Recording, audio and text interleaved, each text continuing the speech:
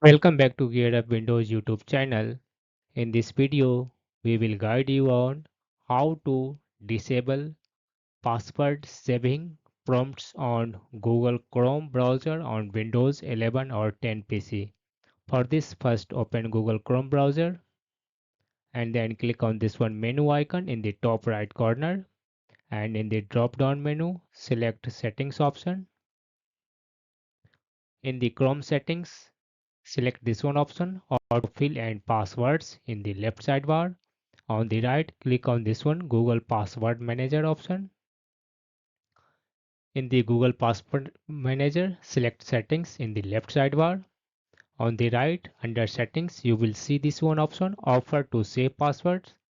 To disable save passwords prompt, just toggle off this one switch.